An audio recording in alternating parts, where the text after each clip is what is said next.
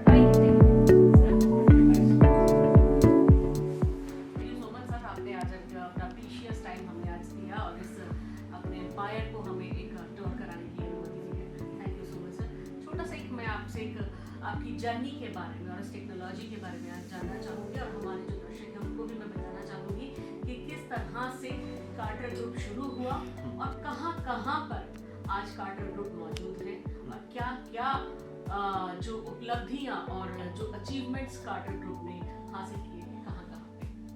देखिए, बिल्कुल हम आपको एक्सप्लेन करेंगे। कार्टर यूनिक ग्रुप की शुरुआत जो है वो 2010 में हुई और 2010 से अब तक का सफ़र बहुत सुहावना रहा और हम मेनली हमारा जो कस्टमर बेस है वो फूड ग्रेन इंडस्ट्री है, जैसे राइस मिल्स, दाल मिल्स और उसके अलावा एलमेंट्स, कैश्यूज़, जो ऑयल ग्रेन्स हैं उसमें भी हम मशीन सप्लाई करते हैं और उसमें हमारी जो मशीन है वो कलर के अकॉर्डिंग, मतलब जैसे आपने सुना होगा कलर सोल्डर मशीन, तो कलर सोल्डर मशीन का मेन पर्पज ही किसी भी मटेरियल को कलर के आधार पर उसको सेपरेट करना होता है। उसके अलावा अभी लास्ट 1 ईयर से हमने एक उपलब्धि और हासिल की है। हम किसी भी मटेरियल को कलर के अलावा उसके फेस के अकॉर्डिंग भी सेपरेट कर सकते हैं, जिसको हमने फेस रिकॉग्नाइजेशन सिस्टम का नाम दिया है। मतलब किसी भी मटेरियल में अगर कलर के अलावा भी अगर कोई दूसरी इम्प्योरिटी है, जैसे मान लीजिए कोई ग्रेन टेढ़ा है, मेढ़ा है या राउंड है या उसमें डंक है, तो इस तरह की इम्प्योरिटीज़ को हम फेस रिकॉग्निशन सिस्टम के द्वारा भी अलग कर सकते हैं। बहुत खूबसूरत सर, ये जो आपने बताया, जितनी भी टेक्नोलॉजी आपने बताई, मैं चाहूंगी कि इसके ऊपर हम एक प्रिसाइज एक जो आप अगर हमें इंट्रोड्यूस करा सके मशीनों को, Sure. तो एक अच्छा रहेगा कि ताकि लोगों को पता चले कि आखिर मशीनें हैं कैसी और काम कैसे करती हैं। बिल्कुल, चलिए अभी हम चाय पर मिलते हैं, चाय जी। के ऊपर डिस्कशन 他可教了默契，一等你爱养朋友眼条也冷呀，冰着摘一来就了默默参白辣椒酱，蘸着 perfect 米成漏了说米丝，还有椰浆饭，饭来中华还有海南鸡饭，饭饭吃酒摸头桌，桌上摆满道道是美食时刻，还需尝尝肉骨茶，茶是鸡蛋白是叔叔可点蘸样烤面包，泡杯那样热狗币，一斤茶比亚咖啡我最爱。生产起来吹水，随时拼命，我壮志未酬。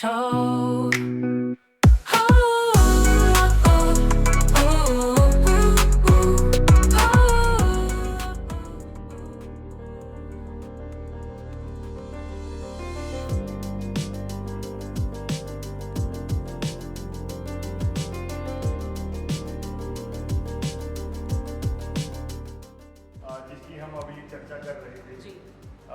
तो ये मशीन जो है इसको कलर सोर्टर मशीन बोलते हैं, और साथ में पॉलीमर मशीन भी देखने में वैसे ही होती है, सिर्फ उसकी टेक्नोलॉजी अलग होती है। जो नॉर्मल कलर मशीन है वो मतलब कलर वेवलेंथ में काम करती है, जो 400 नैनोमाइट से 800 नैनोमाइट के बीच में होती है, जिसको ह्यूमन आई देख सकती है। उसी वेवलेंथ के अंदर कलर सोर्टर मशीन हमारी काम करती है। और उससे ऊपर जो मैंने आपको भी पहले बताया, मटेरियल सॉर्टिंग, कि किसी मटेरियल को कलर के आधार के अलावा, जैसे कुछ मटेरियल्स ऐसे होते हैं जिसमें कलर तो सेम होगा, या कलर जैसे ट्रांसपेरेंट होगा, मतलब उसका कोई कलर नहीं होगा, या कलर सेम होते हुए मटेरियल अलग तरह का हो जाता है, तो उसके लिए हम इंफ्रारेड वेवलेंथ यूज़ करते हैं। इंफ्रारेड वेवलेंथ यूज़ करते हैं तो जो कि आपका 800 नैनोमाइट से ऊपर की वेवलेंथ होती है, तो उसके इंफ्रारेड वेवलेंथ के अकॉर्डिंग हम किसी मटेरियल के अकॉर्डिंग भी सॉर्ट कर सकते हैं। तो ये कुछ एग्जांपल्स हैं, येलो और माइल्ड येलो होती है। तो इस तरीके से हम कलर सॉर्टिंग के माध्यम से इनको अलग कर सकते हैं। सॉर्टिंग में जो रिजेक्शंस आए, हाँ, ये रिजेक्शन उसके हो गए, ये हमारा एक्सेप्ट मटेरियल हो गया। जी। मतलब अब इसके अंदर कोई भी किसी तरह की इम्प्योरिटी नहीं है, जैसे ब्लैक नहीं है। फेस रिकमेंडेशन मेथड के ऊपर काम कर रहे हैं, तो हम किसी भी ग्रेन में कलर के अलावा भी, जैसे मैं आपको मटर का एग्जांपल देता हाँ हूँ। जी। मटर में कुछ ग्रेन श्रिंक हो जाते हैं, चपटे हो जाते हैं, जी। सिकुड़ जाते हाँ हैं, जी, हाँ जी। या उसमें डंक आ जाता है, जी। मतलब वोम होल जिसको बिल्कुल, बोल देते हैं, हाँ। कि किसी कीड़े ने कीड़ा लग जाना, कीड़ा लग जैसे जाना, हाँ। हम लोग जनरल भाषा में बिल्कुल, जी। मतलब कीड़ा लग जाना, और कीड़े ने उसको अंदर होल कर दिया, तो हम अब उसको फेस रिकॉग्निशन मेथड से उसको अलग कर सकते हैं। जी। और उसके अलावा जैसे मैंने आपको बताया ये प्लास्टिक जिसकी रिसाइकलिंग, हम अभी बात कर रहे हैं। जो सबसे ज़्यादा कंज्यूम होता है वो आपका ये PET पेट बोलते हैं इसको। जी। तो बाद में हम ये फ्लेक्स हो गए, जी। तो इसके अंदर जो इम्प्योरिटीज़ हैं जो आती हैं जनरली, मान लीजिए इसमें दूसरे कलर का, ये एक पानी की बोतल में माउंटेन ड्यू या किसी दूसरे कलर का प्लास्टिक आ गया, जी। या इसी में पॉलीकार्बोनेट प्लास्टिक आ गया, या जो ढक्कन होता है प्लास्टिक का, हाँ जी। जो जनरली HDPE होता है, HDPE और HDPE के ढक्कन आते हैं, Correct। तो उसको हम कलर सॉर्टिंग के माध्यम से और पॉलीमर सॉर्टिंग के माध्यम से इन इम्प्योरिटीज को अलग कर सकते हैं। जी। स्मॉल से स्मॉल में 0.1 mm, 0.1 mm मतलब बिल्कुल आप सूजी के लेवल का ग्रेन समझिए, सूजी से भी छोटा हुआ। ओके। 0.1 mm से लेकर के 100 mm, 100 mm मतलब पत्थर का जो बड़ा लम्स होते हैं, बड़े स्टोन होते हैं, उनको भी हम सॉर्ट कर सकते हैं।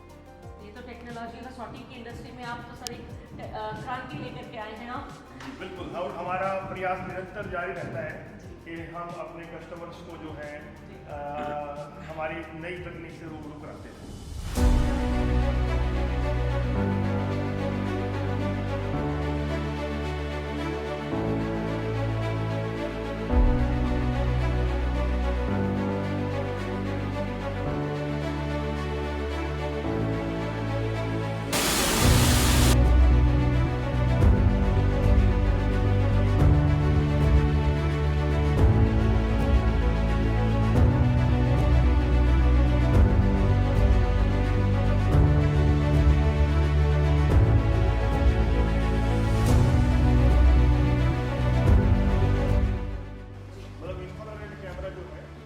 एक्चुअली इंफ्रारेड हम फूड ग्रेन में भी यूज़ कर सकते हैं।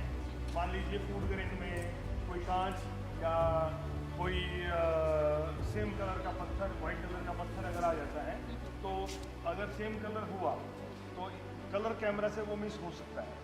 तो वहाँ पर हम इंफ्रारेड टेक्नोलॉजी यूज़ करके टेक्नोलॉजी के थ्रू उसको भी हाँ हम उसको भी सेपरेट कर सकते हैं। और ये पॉलीमर सोटिंग है जो अभी हमने डिस्कस किया, जिसमें सेम कलर की प्लास्टिक भी होगी तो भी हम मटेरियल के आधार पर उसको अलग कर सकते हैं। तो ये जो आप स्ट्रक्चर सामने देख रहे हैं, ये 2 मशीनों के हिसाब से हमने सेटअप बनाया हुआ है। इस सेटअप में एक्चुअली ये जो सेटअप है ये मेनली हमने बनाया है ट्रेनिंग पर्पज़ के लिए। जो हमारे पास इंजीनियर्स नए इंजीनियर्स जो ज्वाइन करते हैं उनका ट्रेनिंग, उनकी टेस्टिंग के लिए ये सेटअप हमने बनाया है।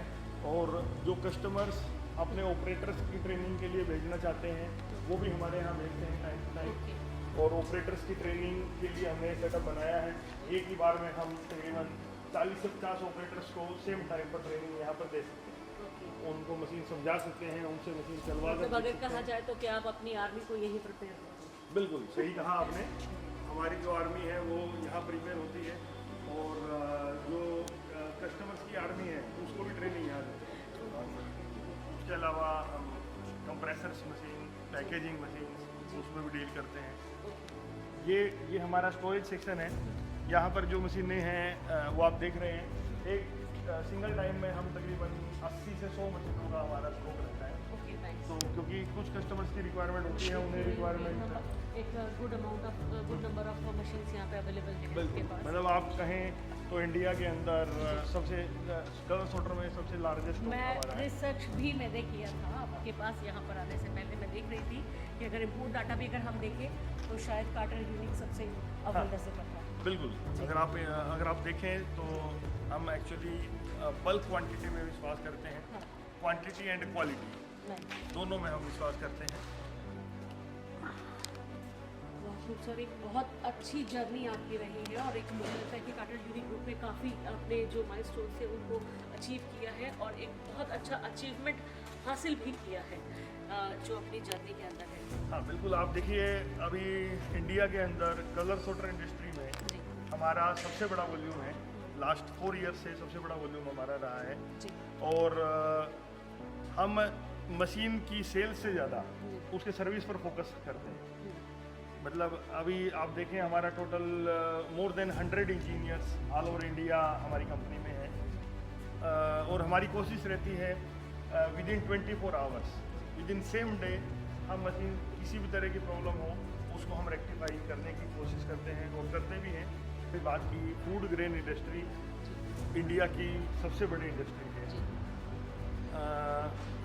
टाइम के अकॉर्डिंग आज आधुनिक मशीनें जो हैं जिसमें कलर सॉर्टर मशीन हैं या और मिलिंग मशीन हैं, तो आधुनिक मशीनें इंडस्ट्री में आ चुकी हैं। लेकिन उस आधुनिक मशीनों के अकॉर्डिंग जो स्टाफ है वो नहीं है।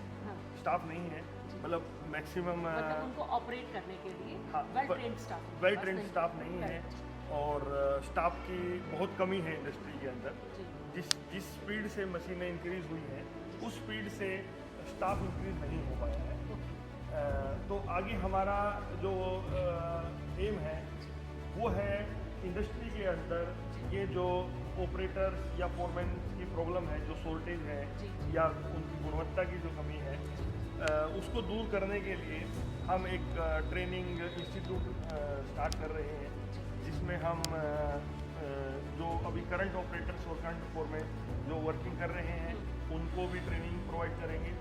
और जो नए इंजीनियर्स हैं जैसे बीटेक, डिप्लोमा या आईटीआई, उनको भी हम ट्रेनिंग प्रोवाइड कराएंगे और उनको तकरीबन 6 मंथ्स का हम एक कोर्स प्रोवाइड कराएंगे, एक सर्टिफिकेशन देंगे ताकि हमारे जो कस्टमर्स हैं या जो हमारे फूड ग्रेन इंडस्ट्री जो चलाते हैं उनको किसी भी तरह का ऑपरेटर का प्रॉब्लम फ्यूचर में ना रहे। और एक ट्रेन लेबर और एक ट्रेन स्टाफ जो है उन्हें इस मशीन को ऑपरेट करना है।